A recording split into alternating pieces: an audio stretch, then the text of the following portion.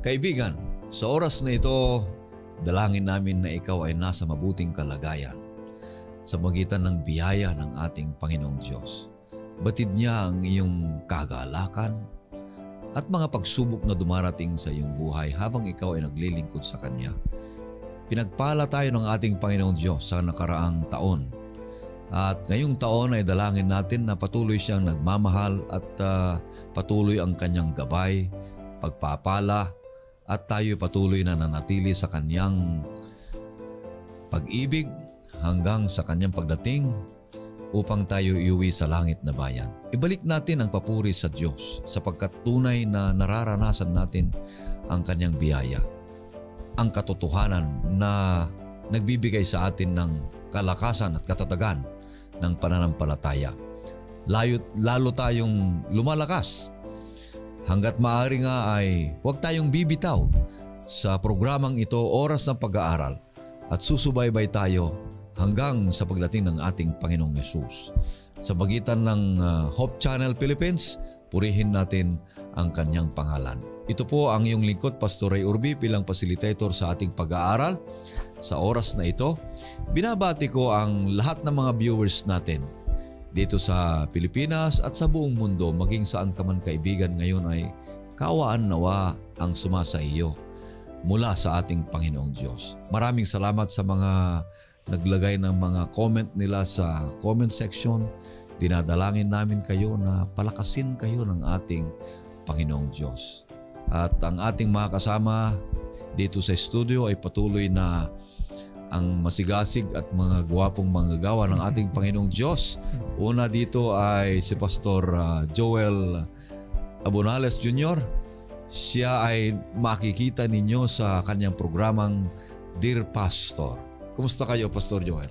Maraming salamat, Pastor Ray, sa iyo pong pagbati at ganun din sa pagkakataon na maging kabahagi ako ng oras ng pag-aaral upang makapagbahagi din sa mga manonood po natin. So, pa-plug ko na rin, Pastor, yung aking programa mapapanood every Thursday, 6 to 7:30 p.m. Siyempre sa ating pa rin pong page sa Hope Channel Philippines. Kaya kagalakan ko rin na makapaglingkod po sa inyo, lalong-lalo na po sa napapanahong topiko na ating pong pag-aaralan. Nawa maging pagpapala ang aking pong pagbabahagi sa inyo pong lahat ng mga nanonood. Maraming salamat. Ang pangalawang mga kasama natin dito sa studio ay si Pastor Jerry Estabilio. Siya po ang ating Stewardship Director ng ating North Philippine Union Conference. Kumusta kayo, Pastor Jerry? Mabuti, kaibigan Ray, na gwapo rin. Ako ay bumabati sa lahat ng ating mga tagapakinig. Kayo po ay pagpalain ng Panginoon sa patuloy po ninyong pagsubaybay dito po sa ating oras ng pag-aaral. Napakaganda po nitong ating mga pagtatalakay na gagawin dito po sa ating pinag-aaralang aklat ng mga awit. Samahan niyo po kami. Sa ating pagpapatuloy, kaibigan, nais kitang aniyahan sa maikling panalangin. Panginoong Diyos, Ama naming banal na binubukalan ng buhay, kami po ay lumalapit sa inyo sapagkat kinikilala namin kayo na kayo ang may-ari at may akda sa lahat ng mga bagay. Narito ang iyong mga lingkod.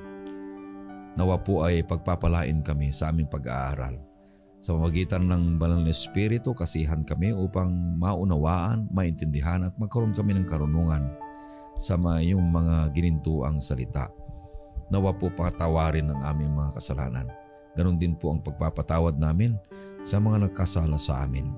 Ito hiling namin sa pangalan ng aming Panginoong Jesus. Amen. Amen. Ang ating temang pag-aaralan ngayong buong trimestre mula Enero hanggang Marso, kaibigan, ay may pabagat na mga awit. At mapapag-aralan natin ito kung papaano ang Diyos at ang tao ay nagtagpo sa puso sa puso. Mapapag-aralan natin na ang aklat ng awit ay puno ng pagpapahayag ng mga panalangin, kagalakan, papuri sa Panginoong Diyos, at mayroon ding mga kalungkutan, mga daing, at ito'y puno ng awit ng pag-asa sa mga pangako ng ating Panginoong Diyos na manlalalang. Yan ay mga iba pang mga nabanggit natin at marami pang mga iba na mababanggit tungkol dito, kaibigan. At napakaganda ang aklat na ito sapagkat ito'y punong-puno ng papuri sa ating Panginoong Diyos. Kung ito'y ishare mo sa mga kaibigan, sa mga kamanggagawa at mga katrabaho mo, at pagpapalain ka ng ating Panginoong Diyos. At sila rin ay pagpapalain sa mga napakaraming mga hiwaga na ipapabatid sa inyo ng ating Panginoong Diyos sa trimestreng ito. Kaya ang pangalawang pag-aaralan natin na paksa ngayong linggo ay may pamagat na turuan mo kaming manalangin. At ang talatang sauluhin ay matatagpuan sa Lucas 11, versikulo 1. Ito po ang sabi, siya'y nanalangin sa isang lugar at nang siya'y makatapos, sinabi ng isa sa kanyang mga alagad, Panginoon, turuan mo kaming manalangin, gaya ni Juan na nagturo sa kanyang mga alagad. Amen. Kaibigan, ang kabuuan ng ating leksyon ngayong linggo ay may 3 punto na nagsasabing ang una dito ay praying the Psalms informs human despair and suffering. Ang pangalawa ay praying the Psalms transforms our faith in God. Ang pangatlo ay praying the Psalms assures that God is in control. Napakaganda. Ang 3 ito ay ipapaliwanag natin at pangungunahan tayo ni Pastor Joel kung anong ibig sabihin ng mga 3 ito. Pastor Joel, anong ibig sabihin ng una na punto na praying the Psalms informs human despair and suffering? Pastor Joel. Kadalasan, Pastor, at sa lahat ng mga nanonood sa atin, minsan may mga maririnig tayo na ang formal prayer ay yung prayer na yung hindi binabasa, dapat yung hindi sinasaulo, dapat daw galing sa puso, dapat daw hindi masyadong minimemorize nung bago ako dati.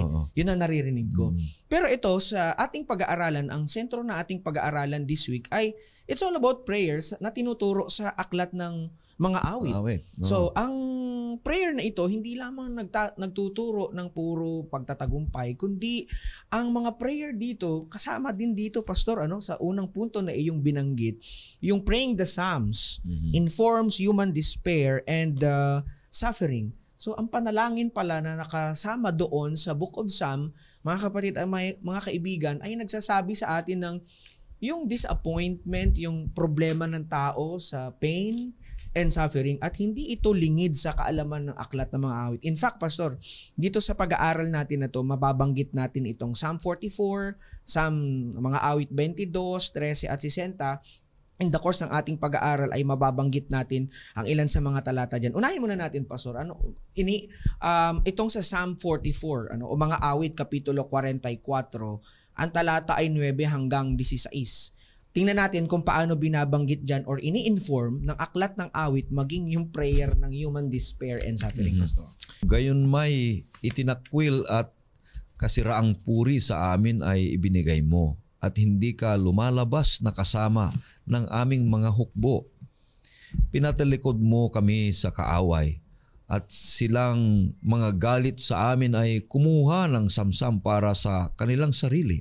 Ibinigay mo kami upang kainin na parang tupa at ikinalat mo kami sa mga bansa. Ipinagbili mo ang iyong bayan sa napakaliit na halaga at hindi humingi ng malaking halaga para sa kanila. Ginawa mo kaming katatawanan ng aming mga kapwa at tudyuhan at paglibak ng mga nasa palibot namin. Sa gitna ng mga bansay, ginawa mo kaming kawikaan, isang bagay na pinagtatawanan ng mga bayan. Buong araw ay nasa harapan ko ang aking kasiraang puri at ang kahihiyan ay tumakip sa aking mukha dahil sa tinig niya na nang uuyam at nanlalait dahil sa paningin ng kaaway at naghihiganti. So imagine niyo, Pastor, itong author ng Psalm na to, nag-e-express siya para bang sinasabi niya, Lord, nangiiwan ka. Wala ka bang pakialam sa amin? Parang kung sa language natin na babanggitin, parang inaano niya na inabandona mo kami, na ikaw ay walang pakialam sa kabila ng dinudurog kami ng ibang mga nasyon. Wala kang pakialam. Kumaga parang dito, can we express the same sentiment na hindi malulust yung faith at trust natin sa Panginoon. Ito prayer ng pag-iyak. Prayer talaga ng suffering ito, Pastor. Ini-express ng author na to yung kanyang disappointment na feeling niya, inaabandon na siya ng Diyos. Kaya, Pastor, to continue reading, pakisama dito kasi may mga words na crucial na binanggit dito, yung awake, arise, at redeem sa verses 23 to 26. Ikaw ay bumangon. Bakit ka natutulog, O Panginoon? Gumising ka. Huwag mo kaming itakwil magpakailanman. Bakit mo ikinukubli ang iyong mukha? Bakit mo kinalilimutan ang aming kalungkutan at kapighatian? Sapagkat ang aming kaluluwa ay nakasubsob sa alabok. Ang aming katawan ay dumidikit sa lupa. Ikaw ay bumangon, tulungan mo kami, iligtas mo kami, alang-alang sa iyong tapat na pag-ibig. Kumbaga ito, prayer ng pagmamakaawa ito sa Diyos. Ini-express niya kung gaano siya matindi yung kanyang pinagdadaanan, ng parang feeling niya, iniiwanan siya ng Diyos. Kaya kung ikaw first time na bumabasa ng aklat ng awit, isipin mo na, marapat ba to na sabihin? Parang kasalanan to na sabihin ito ng isang tao.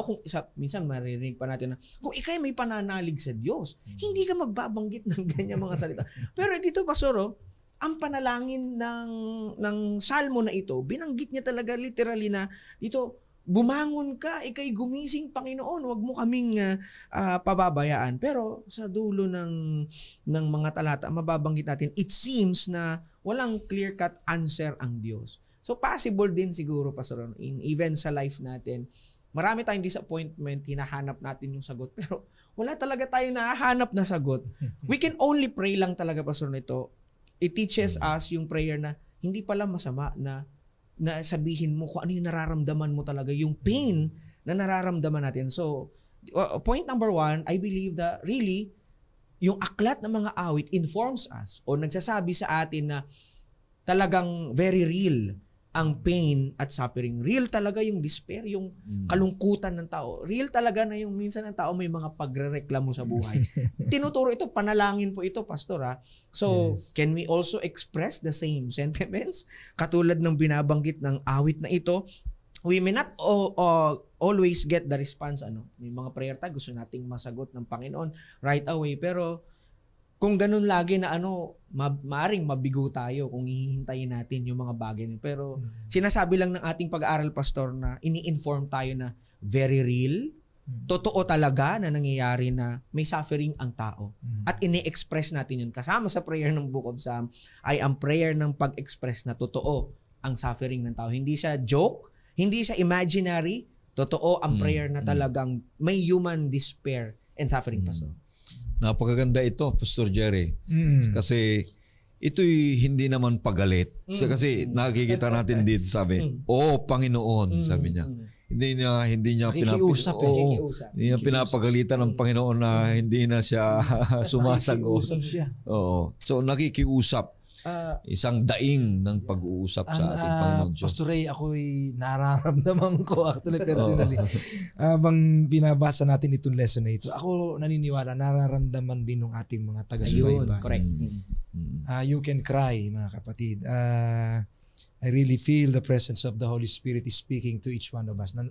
Nagsasalita ang Panginoon sa bawat isa sa atin na pwede nating kausapin ang Panginoon ng ganito. Wow, ang lalim nitong experience na ito, mga kapatid. Kung ano man ang mga despair ninyo, yung bang parang walang pag-asa, parang nakikita nyo na naabandon na rin kayo, ang Panginoon ay parang mabagal siyang kumilos sa inyong mga daing, parang wag kayong mawala ng tiwala. Umasa kayo na ang Panginoon ay may sagot sa panahon ng inyong pagiging despair. At huwag kayong mawala ng tiwala kasi ang nakalagay po dito, ikaw ay bumangon, tulungan mo kami, iligtas mo kami. May pag-asa pa rin po May pag-asa pa rin yung panalangin bagamat may mga tanong sa simula ng mga panalangin na ito ng mga anak ni Korah. Mga minamahal, ang aking reflection dito, Pastor Ray, ay yung sinabi ng ating propetesang si Ellen White. Talking to Jesus as to a friend. Alam mo yung pakipag-usap sa Panginoon na parang kaibigan, kayang ibukas lahat yung nararamdaman mo.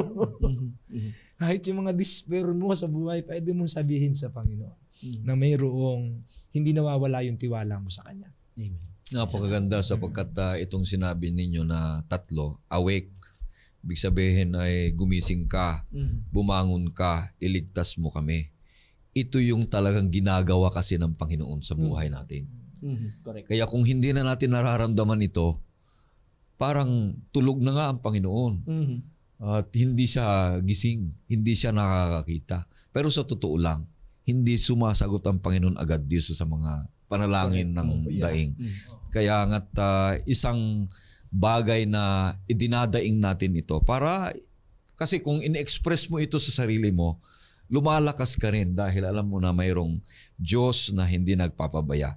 Kaya napakabuti ang Panginoon Diyos. Pareho-pareho ang bawat isa sa atin. Di ba, ganito rin ang ng Panginoon ay ganito rin ang kanyang daing sa kanyang ama nung nasa lupa ba ang ating Panginoong Hesus, di ba? Maaari, Panginoon, sana ilayo mo na itong saro na ito sa akin. At yung iyak niya na, bakit mo naman ako pinabayaan naman? Yung mga yan. Ito yung mga karanasan na hindi natin itatago. Totoo, emosyon ito ng mga tao. Hanggang sa ngayon, ganito pa rin ang ating emosyon. Kaya hindi po ito malayo. Nakalipas na 25 na siglo, yun pa rin. At ngayon, parehas po ng emosyon ng tao, karanasan. Kaya maganda, kaibigan, kung nangyayari man ito sa care group ninyo, sa iglesia, sa pamilya, nangyayari man ito, hindi na bago ito sa inyo. Nangyari na sa mga taong mga unang nananampalataya kaysa sa atin. Patuloy lang tayong nagpapalakasan ng bawat isa sapagkat karanasan mismo ng ating Panginoong Hesus ito. Ibig sabihin, ang Panginoong Hesus ay Diyos nga siya, pero sa kanyang pagkakatawang tao, alam na niya ang ating nararamdaman, hinaing, ang ating mga sakit ng loob. Lahat ng mga ito ay alam ng ating Panginoong Hesus, kaya tama lang na dumaing tayo sa Kanya. Sasagot din siya. Hindi nga lang agad-agad, kundi iyan ay nagbibigay. Kung hindi agad sumagot ang ating Panginoong Hesus, tayo ay pinapalakas niya na lalo tayong dumidikit at umaasa sa Kanyang kaibigan. Kaya maganda ito. Praying the Psalms informs human despair. Hindi ligtas ang bawat isa sa atin. Kung tayo nananampalataya sa Panginoon, we are not living in a bed of roses, kundi may mga desperasyon. Huwag lang tayong ma-depress na wala nang kapag-asa. Kundi, oo, nagkaroon tayo ng mga problema sa buhay, pero huwag tayong mawala ng pag-asa. Meron tayong Diyos na nakaantabay. Matatag lang tayo na umaasa sa kanyang mga pangako. Hindi tayo pababayaan.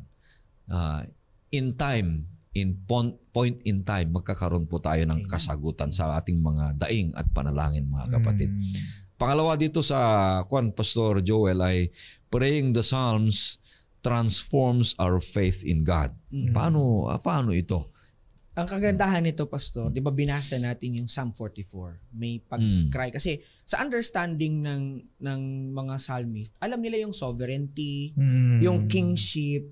Kumbaga dito, may pagka-Christocentric element itong sa point number 2 natin. Kasi una, nagka-cry yung psalmist sa creator, sa Panginoon.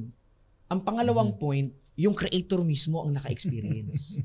Ito po yung parang may element of surprise to eh. Wow. Yung sa psalmist, umiiyak sila na, Panginoon, hanggang kailan? Not until itong sa number 2, ito mismong creator na ito, sovereign, majestic, siya mismo, pastor, mga kamanggagawang pastor, naka-experience ng pain na to. Kumbaga, ikaw na believer, may isip mo na, grabe akala ko, ako lang mas matindi pa pala yung pinagdaanan ng Panginoong Yesus. In fact, Pastor, may binabanggit sa atin sa mga awit 22, tingnan natin, although this talks about sa messianic prophecy, pero tinitingnan natin dito yung sa fulfillment ng mga words ni Jesus. Pastor, pakibasa po sa mga awit 22, talatang 23 hanggang 26. Kayong natatakot sa Panginoon, magpuri kayo sa Kanya.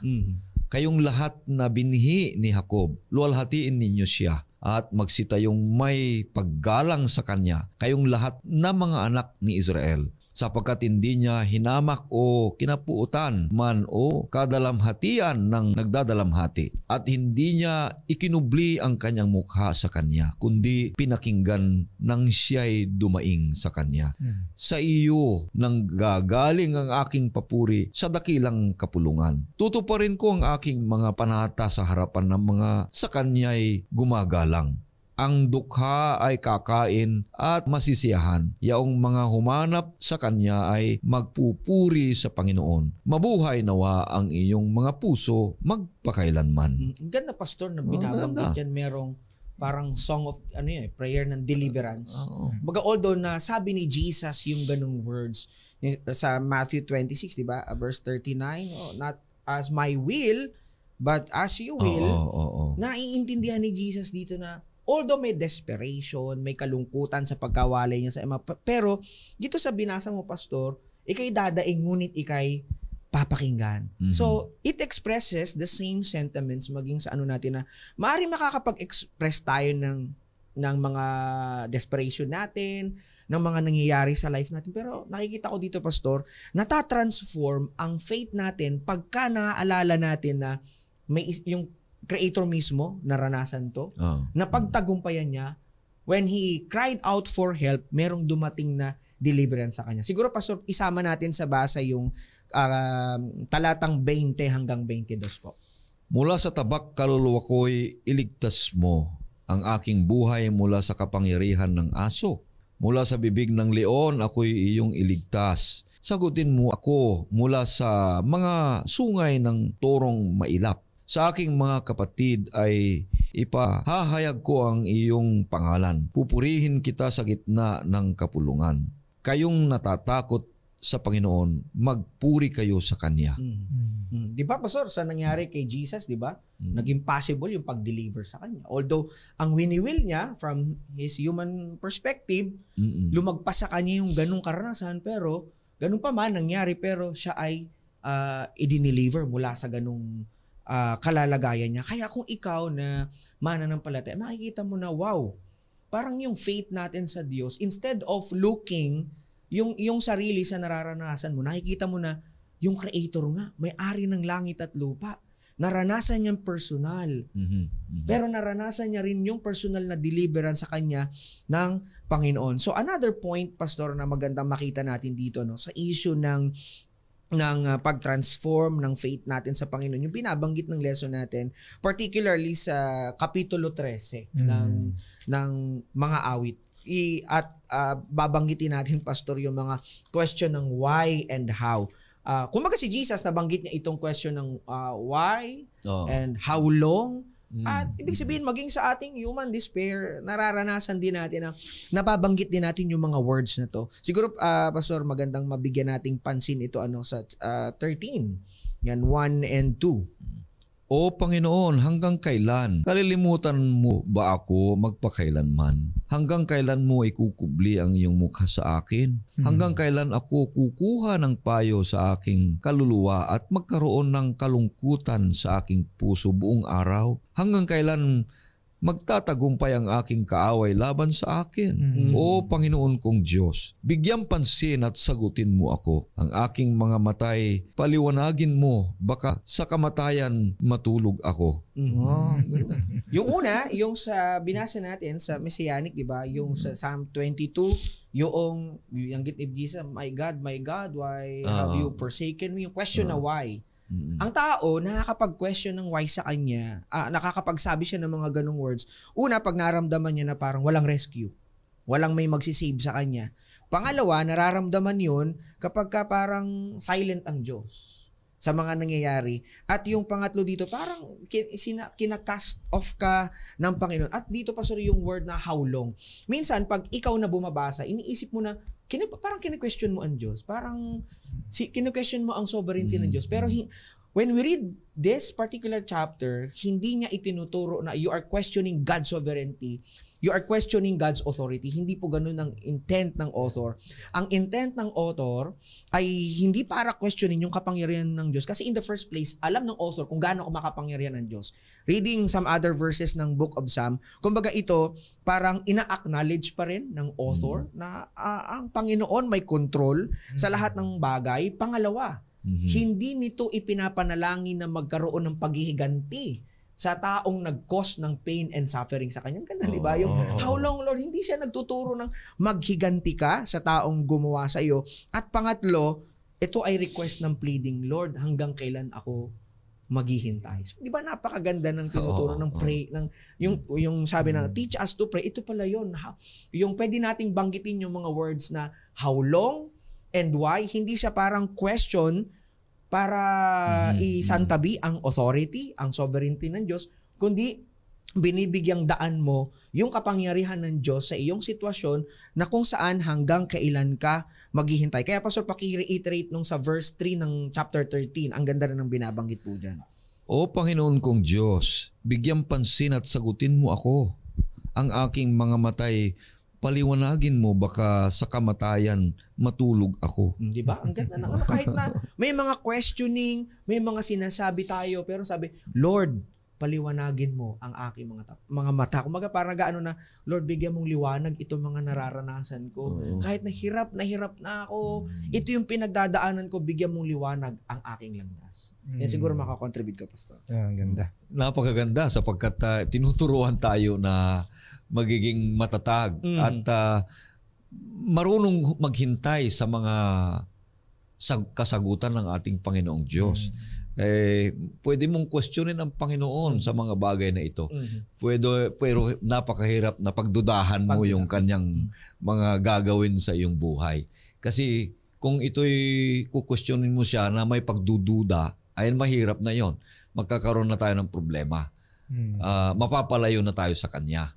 At hindi na tayo magiging matatag sa Kanyang mga pangako, kaibigan. Kaya maaring ito'y mga uncontrolled na feelings natin. Pero ito'y hindi nagbibigay ng pagdududa sa ating Panginoong Diyos kung may mga questions tayo sa Kanya, kaibigan. Ang Panginoong Jesus ay nag-question din. Diba? Pero hindi niya pinagdudahan kung anong meron ang Ama. Kaya ito inuturo sa atin ito na maaring mga mangyari ito sa ating buhay. Pero wala sa ating isipan yung pagdududa ng kapangyarihan ng Panginoong Diyos na sinasabi niya, yung sovereignty, yung sinasabi niyo, yung sovereignty ng Panginoong Diyos. Kasi kahit anong gagawin mo, Diyos pa rin siya. Correct. Mamatay ka man, magduda ka man, pagalitan mo man, bumagyo man, kung anong mangyayari sa buhay mo, Diyos pa rin siya. Ikaw magbago, pero siya hindi nagbabago. Kaya ang Panginoon Diyos ay lubos na nagmamahal sa atin. Sabi ko sa inyo, kung maranasan mo lang ang kanyang kapangyarihan, narito sa aklat ng awit, sapagkat nauna na yung mga naunang mga tao, mga propeta, mga hari, mga nagsulat ng mga aklat na ito ay nauna na silang nagkaroon ng mga karanasang ito. Pinapadama na lang natin na pare-pareho tayo. Kaya lang, hindi sila nagpakita ng pagdududa ang mga taong ito. Kaya napaganda, Pastor. Ganda, Pastor Ray. Alam mo, Pastor Ray, may tanong ako dito no? Yung karanasan ipinaliwanag na po ni Pastor Ray, Pastor. Pastor Joel, Pastor Ray. Na yung karanasan ng namanunulat ay nagtatanong, how long? How long? Hirap na po ako. Hanggang kailan ba ito matatapos yung mga kirot na ito, yung mga problema kong ito, Panginoon, yung Panginoon, parang hindi ko makitang gumagawa ka. Parang ganun no? Pero yung huli, para di siya yung Psalms 22 walang clear na sagot ang Panginoon.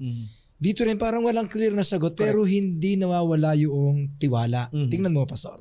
Sa 5 and 6. Ngunit ako'y nagtitiwala sa tapat mong paglingap. Wow. Sa iyong pagliligtas, puso ko'y nagagalak. Ako'y aawit sa Panginoon sapagkat ako'y pinakitunguhan niya na may kasaganaan. Yung salita pong ginamit doon, mga minamahal, yung magagalak. Ako'y aawit. Paano mo magagawa yun sa gitna ng mga panahong nagtatanong tayo? Hanggang kailan, Panginoon? Masakit po eh. Hirap, Panginoon eh. Isang buwan na po eh. Panginoon, taon na po. Tagal na po, Panginoon. How long? Hanggang kailan ko po ito titiisin, Panginoon? Paano natin magagawa yun? Salita ni King David? Puso ko'y magagalak. Isa lang ho ang salita. Manatili po tayo nagtitiwala. Ayun. Yung tiwala, sabi dito, ngunit ako'y nagtitiwala. Yung ilagay, palagi panatilihin ang tiwala. Tama ho ang sinabi ni Pastor Ray. Kung hindi man tayo magtiwala, Diyos pa rin po siya. Magtiwala tayo, Diyos po siya. Hindi magbabago ang kapangyarihan ng Diyos. Mga minamahal, napaka-unlad. Yung praying the Psalms really transforms our faith in God. Yan, ang ganda ho, ang ganda. Paso siguro bago ko malimutan, binanggit kasi ng author natin yung how long. Ito parang plea eh. Paano ba sa Tagalog tong plea, Pastor? Parang pakikiusap. Pakikiusap, daing. Ang banggit ng author ng lesson natin, pagka ganito pa yung words na binabanggit, ang tawag dyan ay spiritual fatigue. Pagod na, as in, exhausted ka na lahat. Exhaust mo na lahat ng power mo. At isa pa, binanggit niya, grievance of faith. Parang pagka sobrang na-exhaust mo na lahat ng power mo, na-exhaust na natin lahat, kaya kung na-exhaust mo na lahat ng power mo, wala ka nang pupuntahan. Saan ka susunod na pupunta? So it always points us na sino talagang sovereign? Sino makapangyarihan? Though we may question yung how long, pero nagkakatalo dito, Pastor, yung sa tinatawag na paghihintay, yung pag-wait. Kaya sa book ng Psalm, mababanggit natin paulit-ulit na minimension yung waiting on the Lord, waiting for the Lord. Napaka-importante niyan sa isang believer. Though we may not get what we want from the Lord, ang importante dito, natatransform yung faith natin sa pamamagitan ng paghihintay. Magandang ang prayer din, Pastor eh. Kahit Panginoon, hindi mo na ibigay sa akin, maghihintay pa rin ako. Kasi I believe in your sovereignty. Alam mo lahat ng mga bagay. So I think this is isa sa primary na focus ng writer ng Psalm na yung paghihintay, kasama dyan yung nade-develop yung faith natin, natatransform talaga yung faith natin na from seeing God, first-hand experiencing it, nakikita mo rin sa sarili mo na, alam mo yon, natututo ka dahil sa ganung pananaw na na-endure nga ng Panginoon. Eh. Ako pa na kanyang anak. Yeah, so I think that's susugan ko yun, Pastor Ray, yung salita kanina. Maganda ho yun eh, yung dumating tayo sa period na, Panginoon, kahit di mo dinggin, magtitiwala pa rin ako sa iyo. Para yung daing ba yung panalangin ba ni Shadrach, Meshach, ayun. Iligtas man kami ng Panginoon dito. Hindi, tandaan mo manari. Diyos pa rin namin siya. Hindi pa rin kami magbabalik ng Diyos. Hindi magbabago kahit kamatayan. So, Panginoon, tanggalin mo man po ito sa amin. Sana dumating tayo sa period, pero talagang hirap. No? Dumating tayo sa yugto ng ating pananampalataya na, ganun ba? Yung Panginoon, makuha ko ang sagot o hindi. Amen. Diyos ka, amen. Alam mo ang lahat. You are in control. Alam mo, nakikita ko dito sa verse 3 na pinabasa mo sa akin na ito yung daing panalangin ni Haring David. Kasi awit ni David ito 13. Na parang yung nasa kalagayan na may sakit, na bedridden na siya, terminal na siya, parang lumalaban pa siya. Pero pag pinuntahan mo, pinalangin mo, inawitan mo, pinahiran mo siya ng langis. Abay, umaayos yung kanyang mukha, lumalakas yung kanyang pananampalataya. Maaring tanggap na niya yung kanyang kalagayan. Kung siya ay pahintulutan ng Panginoon na mamamatay, at least lumakas yung kanyang pananampalataya. May mga ganung mga bagay na karanasan natin. Gaya ni David, sabi niya dito, ang ganda, baka ako'y sa kamatayan matulog. So ibig sabihin, yung iyong panalangin, yung iyong daing, yung iyong request sa Panginoong Diyos na hindi nagdududa ay mangyayari yan na patuloy na yun pa rin ay inaasahan mo kahit hindi pa nangyayari agad. Mamatay ka na, hindi pa ginawa ng Panginoon Diyos yung request mo. Di ba? Hindi pa sinagot ng Panginoon. Namatay ka na, hindi pa sinagot. Kasi ang request mo, halimbawa ay gumaling ka sa sakit mo. Namatay na, hindi pa gumaling o kaya hindi pa sinagot ng Panginoon Diyos. Ito yung mababago ang buhay. Ito yung mapapalakas ang pananampalataya. Ito yung sabi dito, transform ang pananampalataya. Na hanggang sa kamatayan ay hindi nagbabago ang iyong pag-asa, ang iyong pananampalataya sa ating Panginoon Diyos, na umaasa ka pa rin, huling-huling hininga mo, umaasa ka pa rin sa ating Panginoon Diyos, sa kanyang mga pangako na hindi siya nagpapabaya. Kaya maraming salamat dito sa pangalawang punto, Pastor Joel, na sinasabi, praying the Psalms transforms our faith in God. Amen. Ito'y panalangin na karanasan ng mga nagsinaunang mga nanampalataya, lalo-lalo na ang nagsulat nito si Haring David, mga kapatid. Marami siyang mga karanasan kagaya ng mga bawat isa sa atin. Yung pangatlo dito ay, anong ibig sabihin nito, Pastor Joel? Praying the Psalms assures that God is still in control. Amen. Oo. Amen. Pastor, alam mo, sa mundo na to, pagka maraming threat sa buhay mo, isa lagi ang hahanapin ng mga tao bukod sa peace, comfort. Lagi ka maghaharap ng assurance. Sa lahat ba ng pinagdadaanan ko na to, may assurance ba itong tinataha kong landas? Dito sa pinag-aaralan natin sa Psalm, particularly, Pastor, titingnan natin yung Psalm 60 since binanggit ng lesson natin.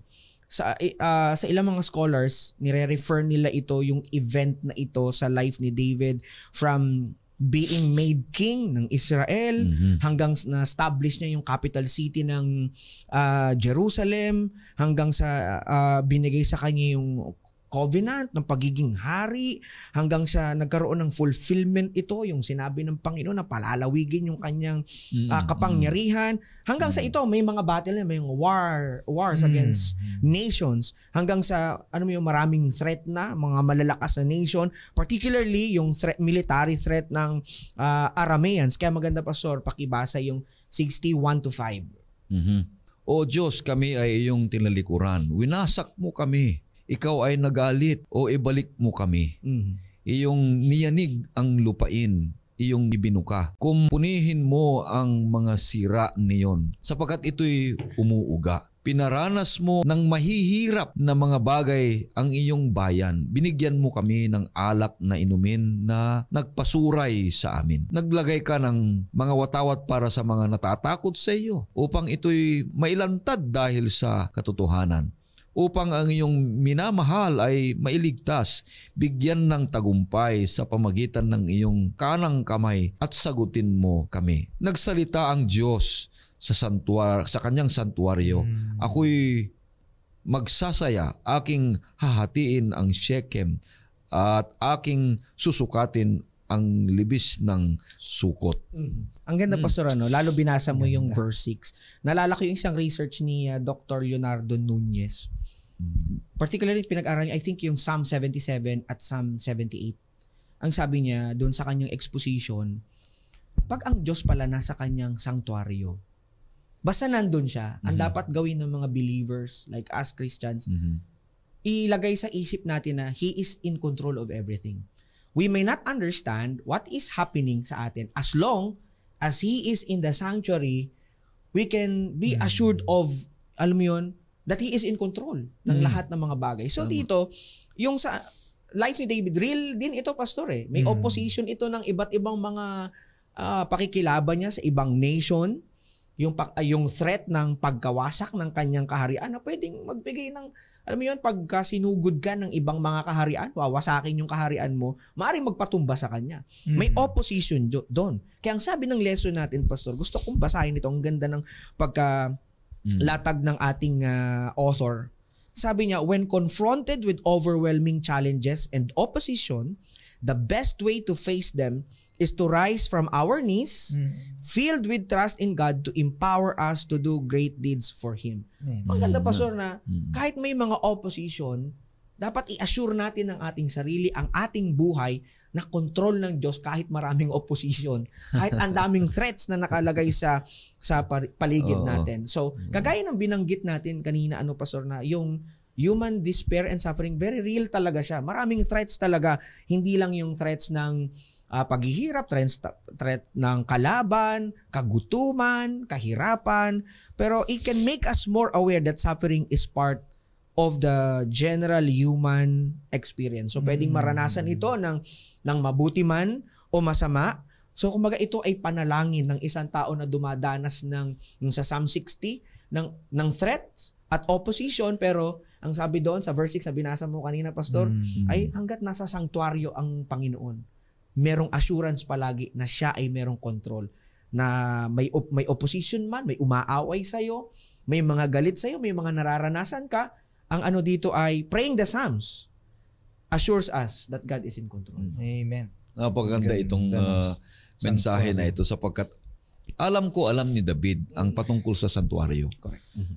Basa niya yung sabi ng Panginoon kay Moses na magtayo ka ng santuario at doon ako dumudoon. Opo. Kaya nga sinabi niya dito, nagsalita ang Diyos mula sa santuario.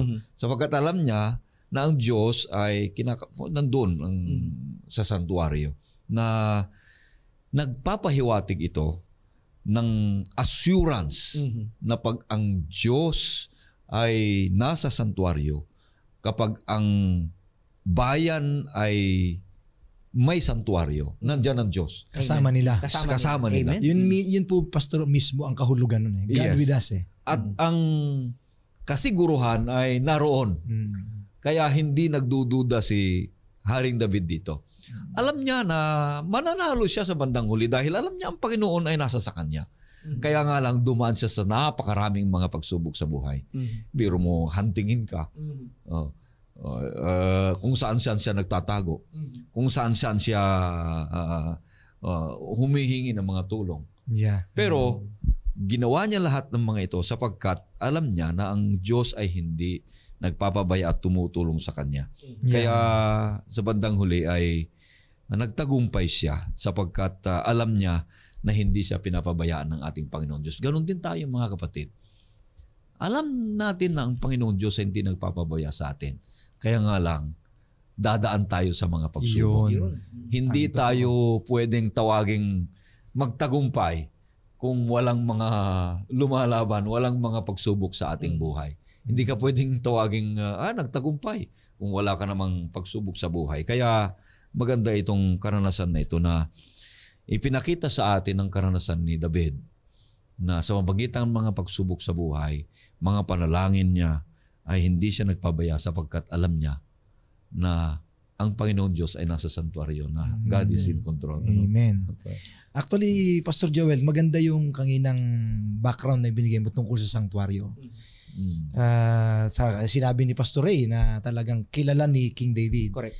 Actually, ang nakalagay dito sa ating lesson ay ginawa niyang kabisera ilagay niya sa sentro yung sanctuario para lahat ng mga taong pupunta doon ay talagang maramdaman nila na kasama nila ang Diyos. Yung sanctuario ay nagiging sagisag siya ng presensya talaga ng Diyos sa gitna ng bayan ng Israel nung araw, no? Hindi dahil sa sanctuario kundi dahil doon sa salitang Shekinah. The presence of God is Shakan, yung salitang Hebrew na Shakan. Gusto kong tignan yun, yung salitang Shakan doon sa 12. Kasama ng Diyos. That's the word. Kasama ng Diyos ay gagawa kaming may katapangan. Sapagkat siya ay ang tatapak sa aming mga kaaway. Solve ang problema. Solve na. Meron man tayo mga kaaway, may mga threats, may mga challenges sa buhay. Ano man ang ating mga pinagdadaan ng kaaway ng ating damdamin, kaaway ng ating desperasyon, ano mang mga salita na nagpapadiscourage sa atin, tandaan po ninyo yung verse 12. Kasama ng Diyos ay gagawa tayo ng katapangan. Magiging matapang tayo dahil sa totoo lang, kasama natin yung Diyos. At kung kasama natin ang Diyos, He is in control. So kaya yung pong ating pong yung number 3 points is praying the Psalms assures God is in control. So because God is in His sanctuary. Kaya siguro yung mga awit na tungkol sa yung mga ekspresyon ng mga prophets sa Bible, gaya noong Habakuk the Lord is in His holy temple.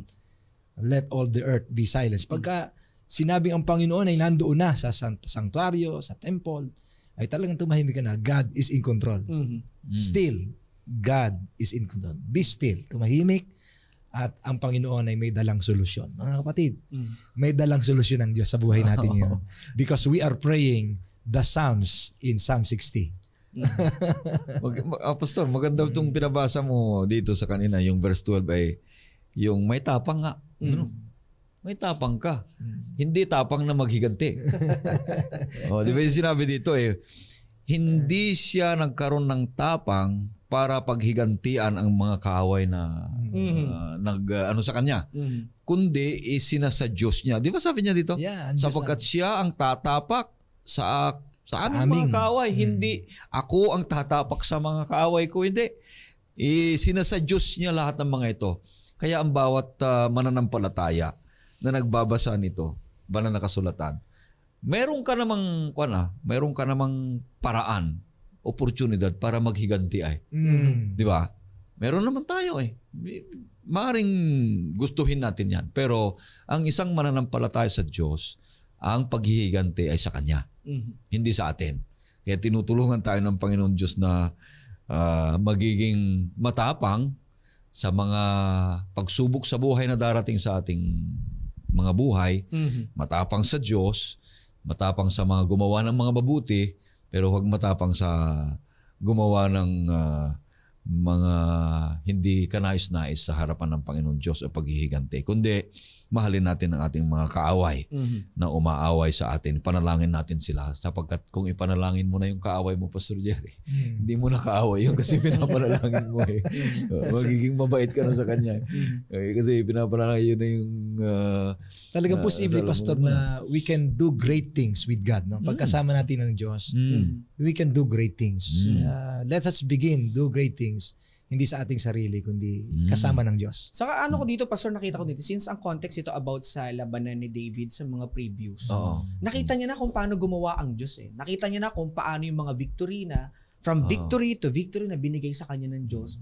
Siguro itong God is in control, nasa isip ng writer na, if He was able to save me from my previous threat, surely He will do the same. Yeah. Parang, alam mo yun, kung na-control niya ngayon dati kong laban mas makokontrol niya ngayon. Hindi kaya itong mensahe din sa ating lahat ng mga manunood na kung yung laban nga natin dati, na ipagtagumpay natin. Ngayon pa kaya yung laban natin, hindi maipagtatagumpay ng Diyos. So kung tayo nag-iisip ngayon, malalagpasan ko ba tong present threat ko ngayon, opposition? If He was able to deliver us before, o dati, surely, i-deliver din tayo ng Diyos sa mga darating pa nating sitwasyon. Kaya God is really in control. Ano man ang sitwasyon, iba-iba man, mahirap man o madali man, ang importante din yung perspective natin na whatever happens sa life natin, still, God is in control because He is in His sanctuary. Amen. Kaya napakaganda. Purihin ng ating Panginoon Diyos. Pastor Jerry, sapagkat binigyan na tayo ng 3 punto na patuloy tayong may nagniningas na panalangin ng bawat isa sa atin na gusto nating i-conclude na ang mga ito.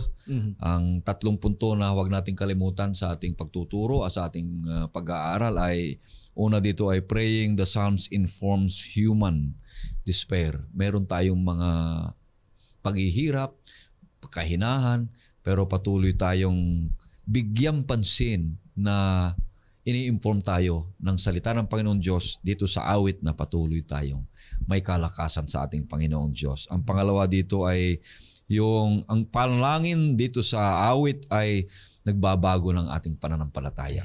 Sabi ni Pastor, dynamic yan, lumalakas yan, nag-grow yan, lumalago yung ating pananampalataya kahit may maraming mga pagsubok. Ang pangatlo dito ay huwag nating kalimutan na ang Panginoon Diyos ay laging in control. At nagbibigay ng assurance na hindi nagpapabaya. Idadaan lang tayo sa mga pagsubok at huwag tayong mawala ng pag-asa. Patatagan natin ang ating relasyon at ating pananampalataya sa ating Panginoong Diyos. Kaya purihin ang ating Panginoong Diyos. Sa ating pagtatapos, kaibigan, ay makakarinig tayo ng isang awitin at pagkatapos ay hingin natin si Pastor Jerry sa isang panalangin.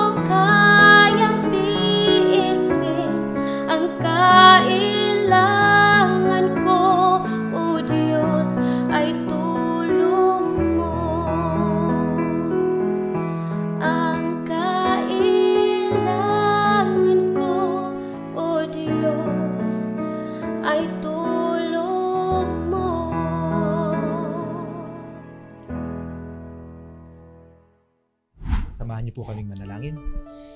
Panginoong Diyos, amang banal na nasa mga langit, tunay po na dakila kayo, tapat sa iyong mga salita, maaasahan sa lahat ng panahon, ang iyong mga pangako ay hindi nabibigo. Panginoon, turuan mo po kaming manalangin. Sa pamamagitan po ng Espiritu Santo, ang aming mga salita at hibik ay lumabas sa aming mga bibig na hindi nag-aalinlangan kundi nananampalataya. Tulad po ng aming mga napag-aralan sa mga aklat ng awit o mga awit. Yes, Lord. Ang mga kapitulong ito'y nagbibigkas sa amin na hindi malayo ang aming mga karanasan sa mga naranasan ng mga una ninyong mga lingkod, ng mga pinili sa paglilingkod at pagtitiwala nila sa inyo. Kami rin po, Panginoon, na inyong iligtas sa lahat ng mga ito, sa lahat ng mga hamon na pinagdadaanan namin. Maging matatag kaming nagtitiwala sa inyo. Panginoon, kasama namin kayo, makagagawa kami ng mga bagay na dakila. Kasama namin kayo sa aming buhay, mapapanagumpayan namin ang lahat ng aming pong mga nararanasan ng mga problema at mga hamon sa aming buhay. Kaya, Panginoon, inilalagay namin sa inyo ang buo naming tiwala.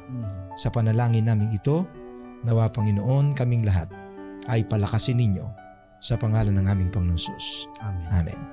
Kaibigan, patuloy kitang inaanyahan na susubaybay sa ating programang Oras ng Pag-aaral sapagkat ang Diyos ay nagmamahal sa iyo kagaya ng pagmamahal namin sa iyo.